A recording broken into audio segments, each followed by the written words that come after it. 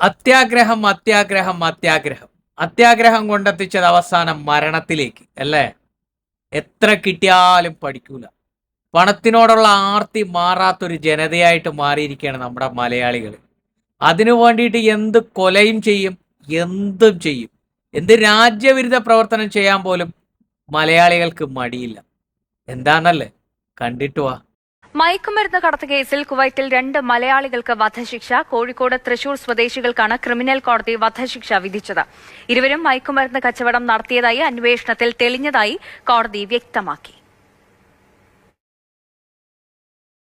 അന്താരാഷ്ട്ര മയക്കുമരുന്ന് ശൃംഖലയുടെ ഭാഗമായി പ്രവർത്തിച്ചെന്ന് കണ്ടെത്തിയാണ് 2 മലയാളികൾക്ക് കുവൈറ്റ് ക്രിമിനൽ കോടതി വധശിക്ഷ വിധിച്ചത്. 2 ഇന്ത്യക്കാർക്ക് വധശിക്ഷയെന്ന വിവരം ഇന്നലെ പുറത്തുവന്നിരുന്നുവെങ്കിലും മലയാളികളാണെന്ന് സ്ഥിരീകരിച്ചിട്ടില്ല. തൃശൂർ സ്വദേശിക്കും കോഴിക്കോട് നിന്നുമുള്ള പ്രവാസിക്കുമാണ് വധശിക്ഷ ലഭിച്ചത്. ഇരുവരും കുവൈറ്റിൽ വീട്ടുജോലിക്കാരായിരുന്നു. കഴിഞ്ഞ വർഷം ഓഗസ്റ്റിലാണ് കേസിനാസ്പദമായ സംഭവം നടന്നത്.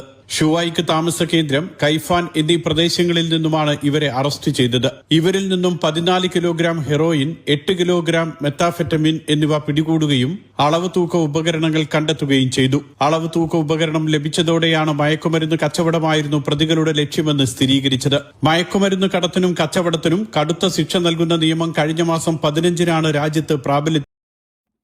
കണ്ടില്ലേ? പണത്തിന് വേണ്ടിയിട്ട് എന്തു ചെയ്യാനും മടിയില്ലാത്തവരായി മാറിയിരിക്കുകയാണ് മലയാളികൾ. ഇപ്പൊ ഏറ്റവും കൂടുതൽ ക്രിമിനൽ കേസിലും ഇത്തരം കേസുകളിൽ പിടിക്കുന്നത് മലയാളികളാണ്. ഒട്ടുമിക്ക ഗൾഫ് രാജ്യങ്ങളിലും പിടിക്കുന്നത് മലയാളികളാണ്.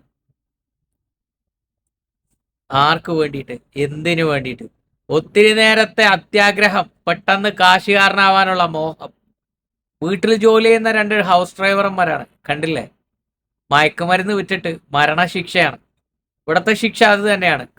കിട്ടേണ്ടത് തന്നെയാണ്. അത് ഒരു രാജ്യവിരുദ്ധ പ്രവർത്തനം തന്നെയാണിത്. മറ്റൊരു രാജ്യത്ത് നമ്മൾ ജോലി ചെയ്യുമ്പം ആ രാജ്യത്തിന്റെ നിയമങ്ങളും അവിടുത്തെ വ്യവസ്ഥകളും ബാധ്യം നമ്മൾ മാനിക്കാൻ പഠിക്കണം.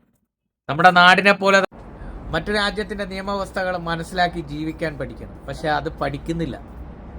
ഇപ്പോഴും ഒരുപാട് ആൾക്കാർ ഇത്തരം പ്രവൃത്തികളിൽ ഏർപ്പെടുന്നുണ്ട്. മലയാളികൾ പെട്ടെന്ന് പൈസക്കാരനാവണം. അതിന് വേണ്ടിയിട്ട് ചിലപ്പോൾ കള്ള് കച്ചവടം ചെയ്യും, മയക്കുമരുന്ന് കച്ചവടം ചെയ്യും, പെണ്ണ് കച്ചവടം ചെയ്യും.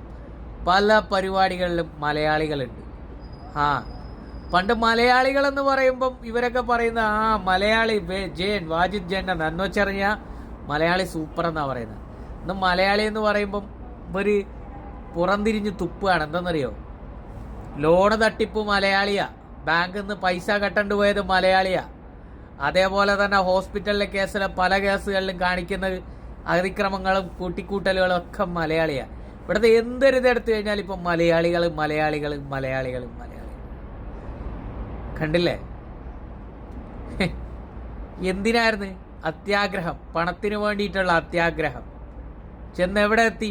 മരണത്തിലേക്ക് എത്തി. കിലോ കണക്കിനാണ് സാധനങ്ങൾ പിടിച്ചത്. ഇപ്പോഴും മലയാളികൾ ഇപ്പോഴും ചെയ്യുന്നവർ ഒരുപാട് പേരുണ്ട്. അവരോടൊക്കെ പറയാനുള്ളത്, എൻ്റെ പൊന്നു സുഹൃത്തുക്കളെ, ഉള്ള ശമ്പളം കൊണ്ട് സന്തോഷമായിട്ട് ജീവിക്കാൻ നോക്ക്. ജീവിതമാണ്. ഒരു ദിവസമെങ്കിലും നിങ്ങളെ മക്കളെ വിളിക്കാതെ നിങ്ങൾക്ക് ഇരിക്കാൻ പറ്റുമോ? നിങ്ങളുടെ ഉമ്മായ, നിങ്ങളുടെ വൈഫിനെ, നിങ്ങളുടെ കുടുംബത്തിലുള്ള ആരെങ്കിലും വിളിക്കാതെ നിങ്ങൾക്ക് ഇരിക്കാൻ പറ്റുമോ? ഇല്ല. ഒരു ചെറിയ ഇത് പെട്ടെന്ന് കാശുകാരനാവാനുള്ള ഒരു അത്യാഗ്രഹം ചെന്ന് പെടുന്നത് ഇത്തരം ആപത്തുകളിലാണ്. ആരോട് പറയാൻ? ആര് കേൾക്കാൻ? പറയുന്ന നമ്മുടെ തൊണ്ടയിലെ വെള്ളം പറ്റുക എന്നല്ലാണ്ട് ഇവന്മാരൊരുത്തരും കേൾക്കില്ല. ഈ വീഡിയോയും കണ്ടുകൊണ്ട് വീണ്ടും അവന്മാർ ചെയ്യുന്നത് ഇത്തരം പ്രവൃത്തികൾ തന്നെയാണ്. ഒന്നും പറഞ്ഞിട്ട് കാര്യമില്ല മക്കളെ. ആരോട് പറയാം അല്ലേ?